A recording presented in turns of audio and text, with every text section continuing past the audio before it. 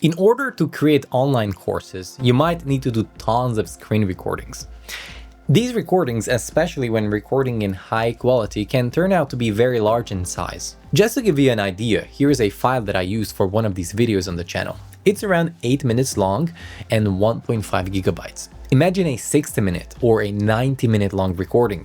They could be 5 to 10 gigabytes, which are just too large to store or to work with.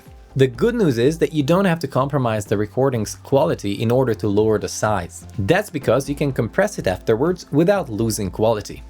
But before we get to that stage, I'll show you how to record your screen in high quality. The software you'll need for both tasks, actually, is the UniConverter. You can get it from videoconverter.wondershare.com. If you already have it, be sure to have the latest version though. The screen recorder tool will be on the hot page of the tool. When you open up the screen recorder, you have several ways to record footage, but we'll need the screen recorder feature for the most versatile use. In this next window, you can set up the recording area. I recommend full screen. You may turn on a webcam to record yourself simultaneously, which is perfect for online course videos actually. And then here you have microphone and speaker settings. If you go inside the advanced settings, you have options for frame rate and quality settings, which will ultimately increase the file size if set higher. I'd go with the highest quality though, and at least 30 FPS.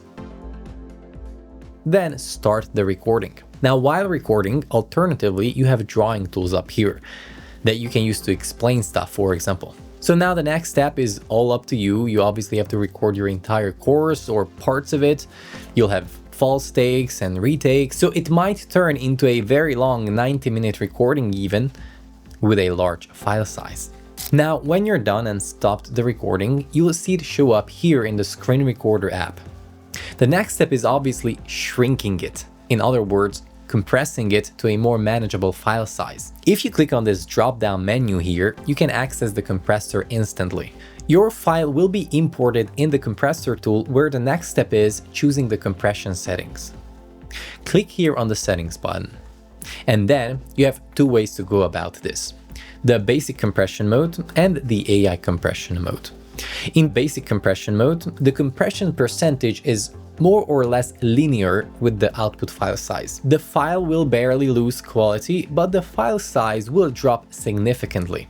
With the basic option, you'll also have more attributes to customize. When it comes to the AI compression mode, the compression ratio is much higher. So an 85%, for example, could be 2-3% even, or 10% in size as well. So in this case, it'll largely depend on how well the file can be compressed. The quality, however, will stay the same. There aren't advanced settings or estimated file size here either, but this is the mode I'd choose. I'll actually select a 70% ratio and hit OK.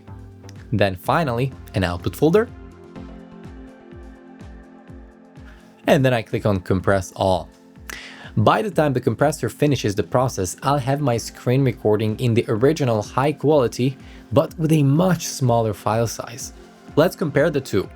So here is the original recording, you see the quality, and this is the size of it. And then I'll switch over to my compressed version. Here's the quality, side by side. Do you notice a difference? Because I don't. And here is the size of this one. Well, I hope the results are convincing, and if so, be sure to leave a like and subscribe to the channel. I'm gonna thank you for watching. I'll catch you in the next video.